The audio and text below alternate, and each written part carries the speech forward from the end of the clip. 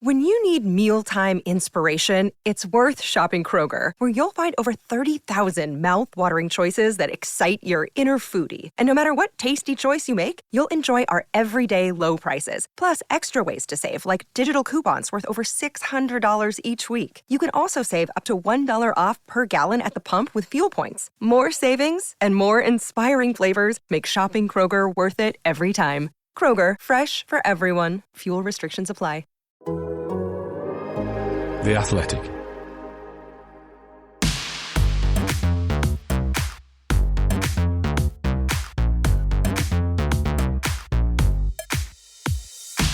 Hello and welcome to Aramco F1 Focus, the podcast that aims to get you thinking about Grand Prix racing that little bit differently.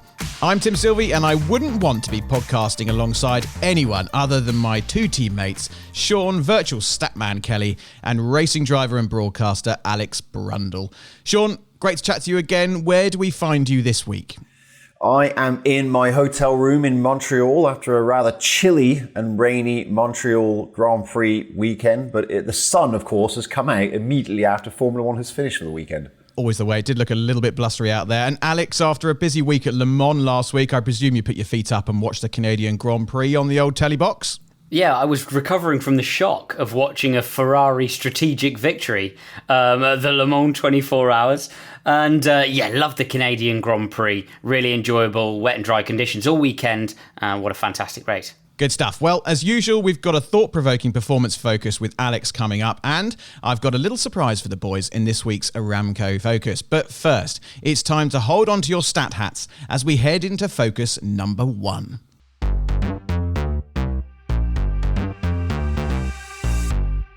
That's right, we're going full throttle from the off as we head into Sean's always illuminating stat focus. Sean, we've just had another Max Verstappen victory and masterclass at the Canadian Grand Prix. So is that where you're taking your inspiration from this week? Yeah, well, it's difficult to look beyond Max Verstappen in Grand Prix racing right now, isn't it, with this level of dominance? I mean, not only did he take his 25th pole position, he passed Niki Lauda and his potential father-in-law, Nelson Piquet, but he also won his 41st Grand Prix to match Ayrton Senna's record in Grand Prix racing, as well as, of course, the 100th victory for Red Bull in the sport. But I think most impressively to me, when Max Verstappen crossed the line to win the Canadian Grand Prix here in Montreal, he led his 224th consecutive lap, which is the longest streak by any F1 driver since Nigel Mansell led 235 in a row, driving that iconic Williams FW14B to the World Championship back in 1992. Well, let's dive into that a little bit more. Could Verstappen's streak be considered more impressive than that one you mentioned of Mansell in the 90s? Well, it's always a matter of opinion, but to me, it is simply because of the fact that Verstappen is not actually driving a car that's as dominant as was Nigel Mansell's. Now, those of a younger generation might think, how can it possibly be more dominant than the car Verstappen is in right now? During the streak that Mansell had, Mansell was driving a car that was 2.2 seconds quicker in qualifying than Ayrton Senna's car and 2.8 seconds quicker than Michael Schumacher's car. This was all at the Brazilian Grand Prix when his laps-led streak began. And at no point during all of the races where he led start to finish was he ever less than a second quicker than Senna and Schumacher. Now, I was a big Nigel Mansell fan, but even I would concede that Nigel Mansell on his own in equal machinery was not a second a lap quicker than Senna and Schumacher. Now, contrast that with what Max Verstappen has. He is in a car that is clearly the best car in the field, but he was only on pole, for instance, by 84 thousandths of a second in Monaco. And while in Spain, one of the ultimate chassis tracks, he was still on pole by 0.4 of a second. That's a relatively small margin. And we are talking about a grid here that in Q1 this season has been barely separated by 1 second front to back. And compare that with Mansell being 2 seconds quicker than Senna and Schumacher. And they're in third and fourth on the grid 30 years ago. So it makes it more difficult for Verstappen to establish these huge leads early in a Grand Prix and get away with having a pit stop. And of course, these days, pit stops are mandatory in dry weather because you have to run 2 different dry compounds. Back in 1992, making a pit stop was an option and not a priority. So therefore, it was possible to run non-stop in a Grand Prix and just lead every lap. That's not the case now. Now, with all that in mind, does Verstappen's run stack up very well in the history books? How does it look compared to everything else? Well, it's getting into rarefied air now. Mansell in 92 is the next longest streak for Verstappen to go after. Beyond that, there are only 3 others. Two of them belong to Ayrton Senna. The next two, 237 laps in 1989, 264 laps in 1988. The ultimate one is Alberto Ascari. This is one of the oldest standing F1 records, arguably the oldest standing. In 1952, Alberto Ascari led 305 consecutive laps driving a Ferrari 500 Formula 2 car, because that year the World Championship was run to Formula 2 regulations. That car won every World Championship race that it entered in 1952. And in 52, Ascari was able to run up that high score because there were quite high lap counts. The length of races was a lot longer back then. So for instance, at Rouen, it was 76 laps. At Silverstone, it was 85 laps. And at Zandvoort, it was 90 laps. So it was easier to run up a large amount of consecutive laps led if you happen to be the dominant driver of that age, as Ascari was. In the case of Ayrton Senna, well, in 1988, he was driving, of course, the legendary McLaren MP44, which at the time, the only realistic opponent he had was his own teammate, Alain Prost. As I mentioned, tyre stops, not a regular thing at the time. And we could argue that Senna was the greatest qualifier that we have ever seen in Formula One. He was so often on pole position, 65 career pole positions was by far a record. The record was 33 before Senna came along, so he nearly doubled the record. So he would normally assume the lead of a Grand Prix early on and usually stay there for the length of the race unless he hit trouble. Those 2 streaks I mentioned in 1988, that streak was ended by that very, very famous collision with Jean-Louis Schlesser right at the end of the Italian Grand Prix, which cost McLaren the perfect season. That was the only time McLaren lost a Grand Prix in 1988. And in 1989, which was a slightly shorter streak, that run in the lead was ended by a mechanical failure while he was in the lead. So Senna, when he took the lead, very rarely squandered it. Is it better expressed as a percentage of races through a year rather than necessarily the pure number? We always have this statistic of number of laps led. Obviously, more Grand Prix races in modern times than there have been throughout historical seasons. I think what would be a really interesting stat, Sean, is the percentage of laps led through their championship winning years rather than necessarily the total amount. Do you agree? Well, it is certainly I do agree it is a fairer reflection of dominance. And in fact, another way you could reflect it is actual total distance, whether it be kilometers or miles. And if we do that, Max Verstappen is only 9th on the consecutive list. He's led 927 consecutive kilometers. Alberto Ascari, as I mentioned, 305 laps in the lead is the all-time record. Well, that translates as more than 2,000 kilometers in the lead. So Max Verstappen is actually only less than halfway to that total. And Ascari's total is by far the longest streak in history. Senna is number 2 on the list, but he's more than 600 kilometers behind Ascari. So, it depends where you measure from, doesn't it? The most accessible statistic is consecutive laps in the lead. Everybody can relate to that. That's just how many times you've been around the racetrack. So Verstappen, I would say that the consecutive number is probably the most accessible, but perhaps kilometers in a consecutive streak might be considered more democratic, shall we say? Because of course you've got to get round a lot more distance when you have longer laps. Sean, I just want to pick up on something you mentioned a little bit earlier around Ascari in the 50s. So he had this incredibly long streak, and it was in a Formula 2 spec car. Why was that? For my own personal curiosity, what was the reason it was an F2 spec car? In 1952 and 1953, the World Championship was run to Formula 2 regulations. It was in the aftermath of Alfa Romeo pulling out of Formula 1. They'd been hugely dominant in the first 2 seasons of F1 with their car. And incidentally, as a side note, Alfa Romeo have still not won a Grand Prix since 1951. So those of you out there rooting for a Valtteri Bottas win, if that ever happens, it'll be the first Alfa win in 72 years. I think, if I remember rightly, it was related to the lack of available Formula 1 entries for 1952. and instead they decided to run things to F2 regulations. And of course, the thing is, the World Championship was not rooted in Formula One at the time. It was called the World Championship for Drivers. It was not called the FIA Formula One World Championship until officially 1981. So at the time, they could run it to anything. That's also the reason why the Indianapolis 500 was part of the World Championship in the 1950s, even though that was never a Formula One race. And that still causes a statistical anomaly when somebody says, but Troy Ruttman won a Formula One race. No, he did not. He won a World Championship event in the Indy 500. It was never a Formula One race. It was just part of the World Championship for drivers. Now, there's been some quiet rumblings about Max Verstappen not necessarily being in the sport long term. If he does continue for many more years, though, do you think he's just going to break pretty much every record going?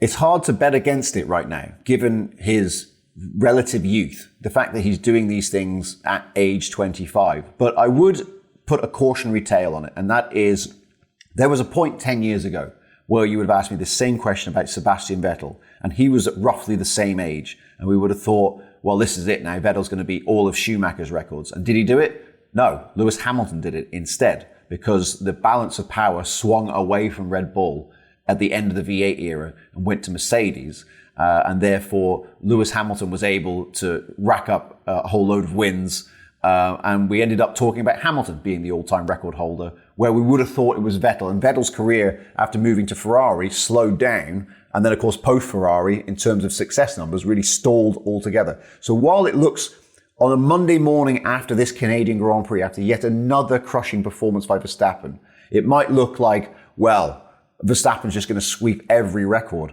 We have been here before, and it's proven to be false. I think when you are the dominant driver in the dominant car, in terms of a negotiating position to get what you want out of the sport, what can you do?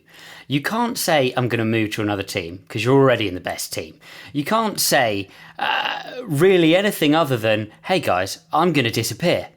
And so I do think that we rather see this threat of leaving the sport from a world champion who does carry with them so much fan support, so much fan engagement from their specific group and in general.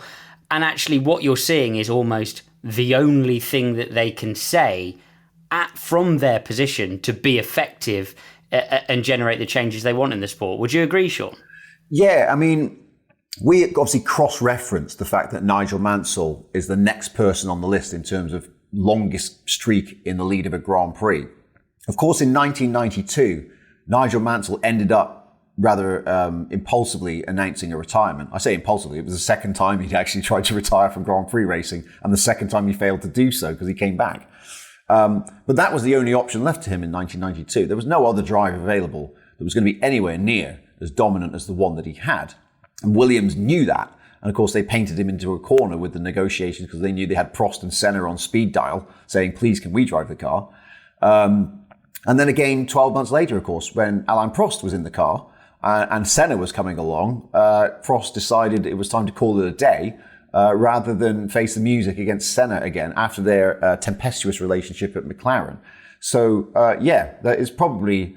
I mean, it's unreasonable to expect Max Verstappen to decide, you know what, I'm going to go back to Williams. I'm going to go over to Williams and rebuild the empire at Williams after I've been winning all these races. So yeah, I mean, where do you go from the top? It's just, in Vettel's case, for instance, I don't think he was none of us ever thought he'd leave Red Bull until such a time as they became uncompetitive, which they did in 2014. And then suddenly Daniel Ricciardo came along and really smashed Vettel in that first year with the hybrid power, won 3 Grand Prix. Vettel didn't win a race. And that was when Vettel finally decided it's time for a change. Now, on this list of the longest streaks, we've got the Ascari, Senna, and Mansell. There's some obvious omissions here. There's no Michael Schumacher mentioned. There's no Lewis Hamilton featured on the list. Given their dominance in the statistics, where are they? Why aren't they up there? Yeah, it's a good question. How did they manage to dominate the all-time wins table and yet not dominate the consecutive laps led table? Well, it's all a matter of the rules at the time, because Michael Schumacher's dominance of Formula One began in 1994 which coincidentally was the year that refueling was introduced into Formula One. So that meant you had more pit stops, and it meant you had an incentive to pit earlier to stay on fuel strategy if you're running a three-stopper. Schumacher's Benetton team were always very aggressive with running three-stop strategies and so on. So that means that a driver would not necessarily have a big enough lead to come into the pits and emerge with the lead. And only a few races into that, of course, came Imola, after which we had a pit lane speed limit introduced, which greatly increased the amount of time you lost at a pit stop. So therefore, it became much harder to lead start to finish. And throughout Schumacher's career, of his 91 wins, only 11 of them came when he led every lap of a Grand Prix. It became very difficult for Schumacher to lead start to finish. And then with Lewis Hamilton, well, his career began in the refueling era as well, because that was banned at the end of 2009. He'd already won a world title in 2008. But he didn't start really hitting the big numbers until Mercedes and the start of the hybrid era in 2014. And although he would be very invariably quicker than Nico Rosberg, Rosberg was, of course, a phrase I often use, inconveniently quick for Lewis Hamilton. And that meant he would often pip him to pole position. You know, he would often be ahead of him periodically during a race, as the tyre strategies would play out, because of course now we don't have refueling, but we have to run 2 different compounds of dry tyre. So that means you're going to have to make a pit stop at some point during the race. And if you look at the time that he was with Nico Rosberg, well, Hamilton won 31 races in that from 2014 to 2016, but only 7 of them were from start to finish. So that makes it very difficult to run up a streak of consecutive laps in the lead. After Rosberg retired, Valtteri Bottas got in the car. Occasionally, you know, he could take pole position. He was very good in qualifying, I admit.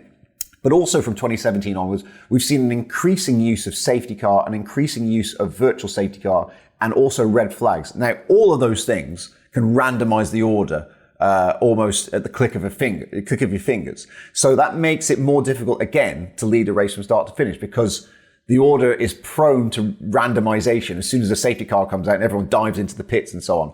And that's why, even with 103 Grand Prix victories, Lewis Hamilton has never led more than 144. So Verstappen now at 224, to give you context of that number. So Hamilton, yeah, that's one of the records that it's probably going to annoy him, I think, that he's got all these success records, and then Verstappen comes along and does something that appears at first glance to be far more impressive. I suppose the word appears there is quite an important one, because it is about appearance. When you first look at it on paper, you think, well, Verstappen is clearly the better driver. But when you start going into the detail, that's clearly not necessarily the case. And following on from that, I'm going to put you both on the spot here from both a statistical and a driver perspective.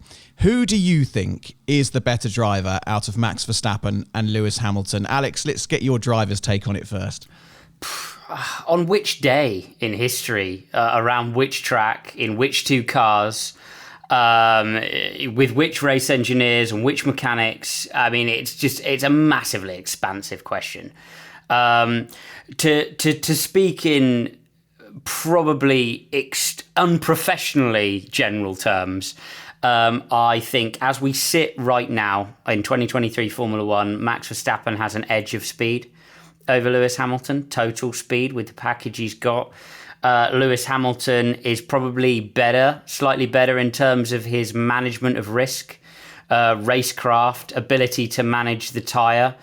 I think set across the garage from each other, you would have Max Verstappen pole position. You would then have a battle royale across a Grand Prix distance, of which the winner would be determined by whether Hamilton stuck a move on Verstappen from behind and how the pit crews did. And that's my general feeling. If you put them across the garage in Team X together, a dominant team at the front of the field. Love that analysis. Sean, go on then. Well, I don't have the luxury, of course, of seeing it from a driver's perspective. I only have it from the point of view of being on the sidelines and having various statistical categories to measure from.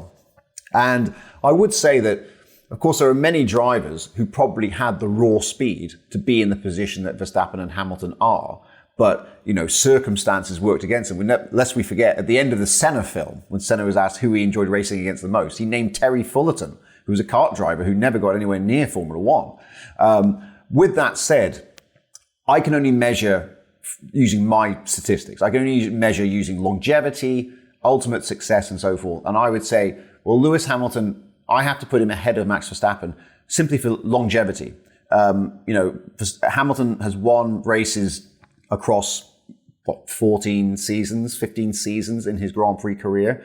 And although he's in a bit of a rut right now because, of course, Red Bull are running away with it, or Verstappen particularly, it's hard for me to place Verstappen above him because of what Hamilton has repeatedly achieved over so many years. So that's my tiebreaker, if you will. The fact that Hamilton has done this for so long. He's not a flash in the pan. He's been literally on top for decades. Of course, that's not to say that Verstappen is inferior. It's just simply, if I had to choose one or the other, I would choose Hamilton for that reason. And what we wouldn't give to have them both in the same team one day. What drama that would create. Good stuff, Sean. Another Stattacular segment. And as ever, if you want to get in touch with the show, set Sean a statistical teaser or Alex a performance poser. Drop us a line on social media using hashtag Aramco F1 Focus.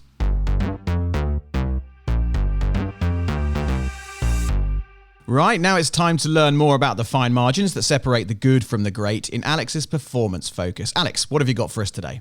I found Canada an incredibly interesting race. The overtake was there, but every single move carried a percentage with it, a percentage chance of error.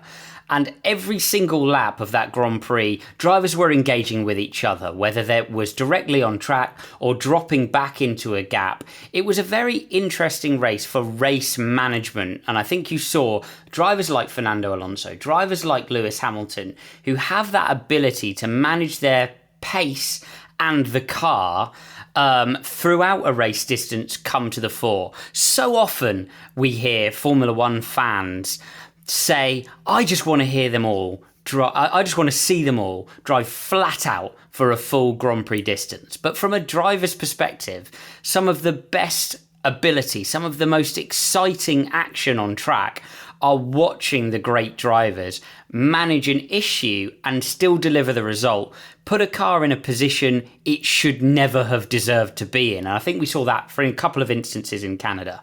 Okay, so we're talking about race management then. So let's break that down. What does that actually mean to the layman? I'm going to give you an example. Late on in the race, Fernando Alonso struggling as many drivers do with brake overheating, rear brake overheating in Canada. He's got Lewis Hamilton bearing down on him on a new set of mediums, setting fastest lap after fastest lap of the race.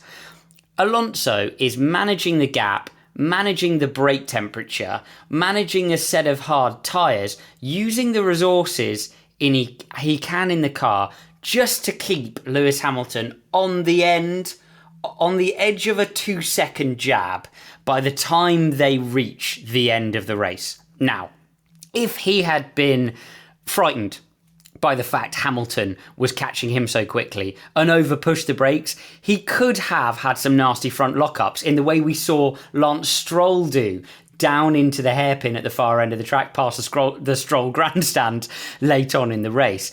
But he didn't. He kept his head beautifully and just used the laps remaining and the gap he needed to keep Hamilton on the end of the jab. That was the perfect example of managing the problem, using the resources to achieve the result, because all you've got to do is be ahead on the final lap. And it was an understanding of that put Alonso ahead. Yeah, he's the master at that sort of thing, isn't he? And at one point on the radio, I think he even said something like, don't worry, leave it with me. And off he went. He just knew exactly what he was doing. Now, where do drivers learn this race management? Presumably this is the importance of certain junior categories and putting yourself in a good team to help you learn that craft. So is it learned, or is it something that you either have or you don't? And it's such an interesting question, because I really feel that is one of the great failings of the junior series as they stand.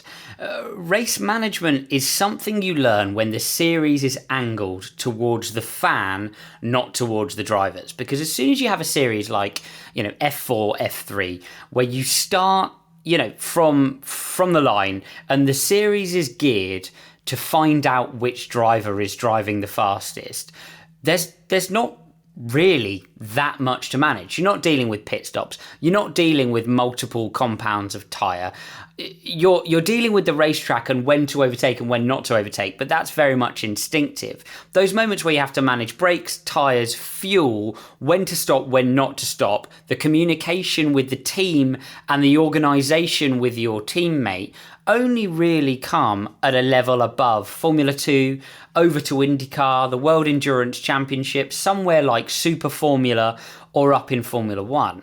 And I really do think that's why you see the older drivers, you know, your Lewis Hamilton driving a set of Inters in Turkey until they become slicks and understanding the management of that. Your Fernando Alonso managing issues through to the end of the race, coming to a fore in terms of their racecraft. Whereas you see the newest crop of young drivers, an example that jumps immediately to mind is Mick Schumacher, who's trying to drive as fast as he can all the time, keep the car out of the wall and not have any kind of issue, struggle more with the nuances of the curveballs of the things that the organisers put into Formula 1 races and top-level motorsport events to keep the fans entertained. Because that's what you're doing at the end of the day. You're organising the curveballs to work in your direction.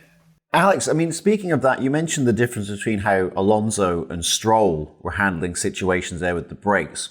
Were there any other nuances that you discovered or noticed between different drivers? Not necessarily even within the same team, but just how drivers compared and contrasted with how the situation was changing during the Grand Prix. Yeah, a couple of really interesting scenarios. The first one was the interplay around Lando Norris's 5-second penalty towards the end of the race with McLaren. And what you could see there was an understanding of the scenario for McLaren. This is kind of you've got a bit of a red, amber, green. If Alonso is absolutely delivering and he's in the green bucket of drivers who are really managing the race beautifully and absolutely nailing it, this is your amber. This is your papaya scenario, if you like. They told Lando about the 5-second penalty. All of a sudden, he's in the big queue behind Alex Albon, who's driving a beautiful race with a bit of extra straight line speed in the Williams and keeping the mid-back pack behind.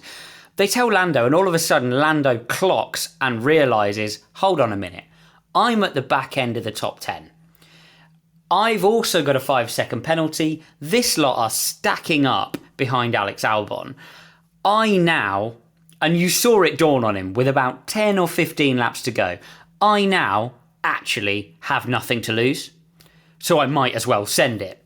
And just start sending moves down the inside. Now, if he'd started that process after the final round of pit stops and started to make his way through, there's a good chance he might have been able to clear Albon using a bit of the energy management trickery we know Lando Norris is so brilliant at, with organising the energy system to give him the overspeed in the DRS zones. He started a little bit late, didn't quite get to the front. As a result, with the 5-second penalty, he drops back.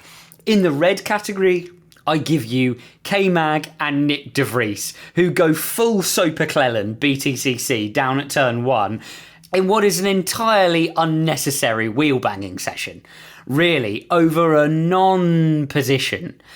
Then they have had every likelihood of cruising up to the rear of Alex Albon and being in the hunt for points as well. But they just don't put themselves in that position because they've had an entirely necessary tour-guided tour down the runoff area at turn 4 and therefore put themselves out of the running. So red Alonso, papaya Lando Norris, green Alonso, papaya Lando Norris, red K-Mag and Nick de Vries in this instance. Love your amazing traffic reference, lights. by the way. Yeah, a fantastic reference. There, 2 rounds of applause there. One for your traffic light system with the papaya, and then the British touring car reference. Serious applause for that one. For those that can't see, that had Sean Kelly falling off his chair. Now, is there a formula, Alex, for the perfect race management strategy? You know, is there like a textbook race strategy 101, or do you have to be agile with it and be able to adapt during the race? There isn't, and that's why it's called management. You know, there are no 2 scenarios in a race that are exactly the same. But what you can do is collect a load of different experiences in a sort of in a group, put them together and then start to blend them with, that time where I overheated the rear brakes, which overheated the rear tyres, and I suffered with too much rear tyre wear, and therefore I actually moved the brake bias to the front, for example, put some of that energy through the front brakes and then balanced it out and therefore had more longevity on the tyre. That's one experience. You can put it in a bottle on your shelf, and you can take it out again when that happens another time. So it's all about building that sequence of experiences in organising your races and then mixing them together at the right moment. But I suppose the formula for race management is that extra little bit, and the most famous reference for this is Michael Schumacher. I think it might well have been Ross Brawn who said this, who, by fable could drive a race at racing speed faster than everybody else, and also had the extra capacity to run the race for the team. Now, they don't have to run the race for the team anymore. They don't have to pick when they're going to stop. They don't have to necessarily run the strategy. But what they have to do is manage the stint strategically to make sure they're using all of the tools inside the car to think 25, 30 laps into the future and give themselves the best possible performance. So that extra capacity, along with a very good method of communication with the team to understand where the car is, how the driver's feeling, and what they've got underneath them, is hugely beneficial. And I think if you had to pick one key to winning on race day in a modern Formula One car, that would really be it, alongside the basic pace of the car. Now, you mentioned experience there. That's obviously a key part of it. But are there certain drivers that are so good that they just don't think about race management in this way? They don't use their experience. They don't have to make these quick decisions through the experience they've learned. They've just got it. Can some of them just do it by default? I think it's close enough. I mean, it's so interesting to hear Sean's stats about how close various years of Formula One were. And of course, as an audience base, we always complain, Verstappen's winning every weekend. Yeah, remember when they used to win by laps, not seconds, guys. But I think only when you're in the Verstappen position of having so much in hand. And of course, that race management job is about consolidating advantage as much as anything else. Building your castle walls so high that actually by lap 45 of a 70-lap race, you've built yourself an unassailable position. You've got yourself covered off every which way, and nobody can undercut. If the undercut's on, nobody can overcut if the overcut's on. And all you've got to do, realistically, what you're talking about, that wing it position, is the dream. It's more the goal of race management than it is not having to undertake it. But if you've got so much in hand that you don't need to do it, you're just so quick as a package, yes. But realistically, every driver from second position back, every driver who finishes within 5 seconds of another driver has had a long conversation with their team about how to cover off every strategic permutation of the drivers ahead and behind. So the answer broadly and in long terms, or in short terms, is no. Yeah, I really don't think you can. And there are obviously many, many examples of good and bad race management. What are perhaps some examples or activities that lead to poor race management? I think, not understanding the cliff of the tyre is the obvious one. It doesn't happen so much anymore, and I think that's a nature of, how much the teams understand the product from Pirelli and how much that communication level has improved. But I think, in Bahrain Grand Prix gone by, we have seen those drivers with that exponential loss of pace, the tyre just absolutely falling away. Now, having to retire cars due to issues of brake wear, or I think it would have been the very early days of no refueling were quite interesting as well, because you did get teams obviously famously underfueling cars to allow for the reality that it's actually better to carry less fuel for the entire race and gamble on a safety car or something which is going to maintain and then have the driver save a little fuel through to the end of the race, than it is to fill the car for green and end up with too much fuel in at the end and thus carry that fuel all the way through to the checker. But in the early days of refueling being switched off in Formula One, we saw teams in big trouble to purely get to the end of the race, and that's a communication between team and driver that's gone wrong in terms of how much fuel they're using. So those are a few examples. You've got basic resources in the car: the tyres, the brakes, the fuel, the engine. Any one of those, expires before the end of the race. I mean, at risk of stating the obvious, you've got your race management pretty wrong, haven't you? Now, I would imagine that a very large portion or percentage of race management is down to the driver themselves, but how much impact does the team have as well? A huge amount of impact. I mean, cast your mind back a Grand Prix ago to the team asking Yuki Tsunoda if he wanted more rotation or if he wanted more stability. The team always have the full list of controls on the steering wheel, in the car, available. They also have those little adjustments that they can make in the pit stops as well, to things like the front wing, a click more or click less, to give the driver that opportunity to change the car and manage the car through its stints. So the portion of this which is on the driver is to understand where the car is at, communicate with the team, and then do the driving style elements, the things that can't be changed by the team throughout the stint, in order to manage, in order to generate the balance that they want. So if you want a little bit more stability, there are ways to drive understeer into the car. If you want a little bit more rotation, there are ways to drive oversteer into the car. And that's what's on the driver. What's on the team is to do everything they need strategically and then advise the driver those extra little elements that they haven't thought of, which might help their plight in order to generate that balance. So it's a continuous communication, and that's why radio systems in Formula One latch on and latch off rather than being a button press, because those communications are longer. Alex, I'm fascinated by your forensic examination of this whole topic. You probably don't appreciate as a driver that those of us who are slightly blokish and are standing on the sidelines don't fully appreciate all of this sort of stuff.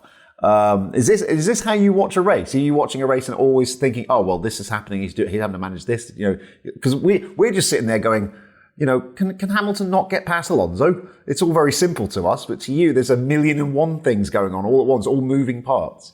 I mean, the moment, yes, and it's a curse as much as anything. It's a joy to watch as well. I mean, the moment where Stroll had that little lock-up at the back of the train behind Albon, and Alonso was clearly lift coasting at the front in the other Aston Martin.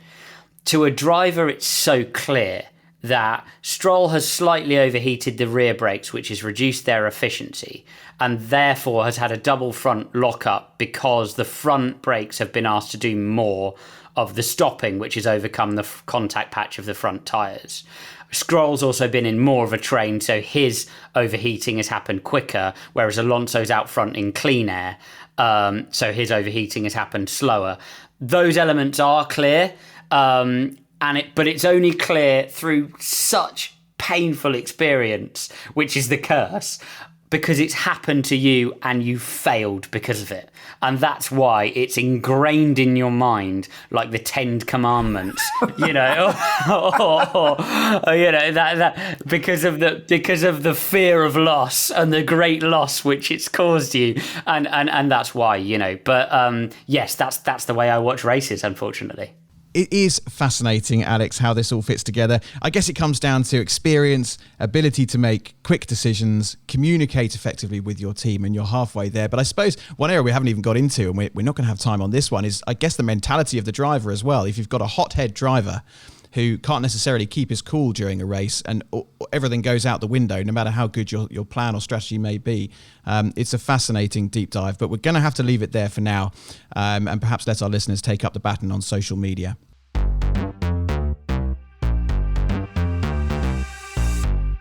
Right, we've reached the Aramco Focus section of the show, and that means it's time for me to surprise Alex and Sean with our special guest. It's none other than Gary Anderson, former F1 technical director, co-host of the Race F1 Tech Show, and chair of judges for F1 in schools.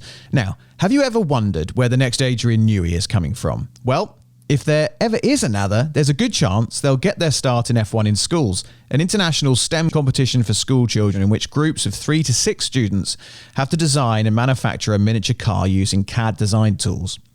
Of course, the ultimate goal for every team is to become the best in their respective country and earn the right to compete at the Aramco F1 in Schools World Final. But, as Gary explains, F1 in Schools is about far more than winning. I've always liked having youth coming into the sport because I think that's where you get the next generation of ideas. Being involved with F1 in schools, as I have been for now, must be 12 years or something. My job is to be the chair of judges at the World Championships, at the World Finals, which this year's in Singapore, the weekend before the Grand Prix. We've actually got something like 80 teams coming to this year's World Finals. And each team will consist of up to 6 people, maybe between 4 and 6 people. So, you've got 300, 400 clever people coming. And it's not just one discipline, it's not just engineering, it's not just building these little cars that race down the track. It's the whole discipline is about finding the money, organising yourself, managing yourself, doing all the research required. And you have to prove all this stuff to our judges. It's a very good learning curve for life because it incorporates everything that you'll be hit with when you get into industry. What does F1 in schools teach young people about real-world engineering? Well, it teaches them everything that really goes on. It is about being disciplined in how you go about things. You can't just forget everything else and just look at one part of it. You have to look at everything. It's about innovative thinking about how you go about trying to raise those finances. Obviously, the car itself is the engineering side, and that's what I really enjoy being involved in. Because engineering is the future for us all. We're never going to get anywhere without solid, sound engineers. And the earlier you can learn about it, the more of your life you can put into it. It's not just to get into Formula One, but it's to get into life in general. Hopefully, F1 in schools gives a wide range of opportunity for these young students coming through to select the correct thing in life that will satisfy their needs in the future, because that's what you need to have. You need to have a job that you want to get up in the morning and go to. And hopefully F1 in schools helps them decide that.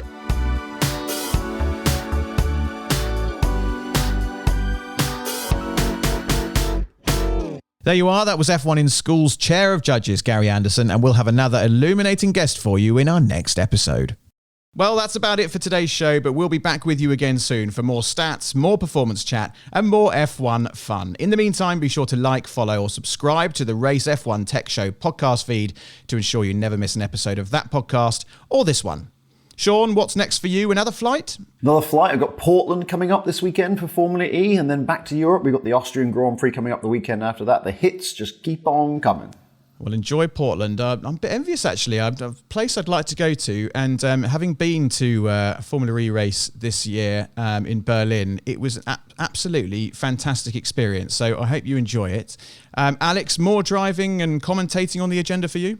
Yeah, I'm going historic at Le Mans Classic, and then I will be back, not in Austria, but I'll be back for the British Grand Prix, and I can't wait to see I'm going to be at Silverstone for that one, so I can't wait to see the British fans out in force. Fantastic. Well, thank you both as ever for joining me. Until next time, it's goodbye from Alex. Goodbye. Goodbye from Sean. Bye for now. And goodbye from me. Goodbye.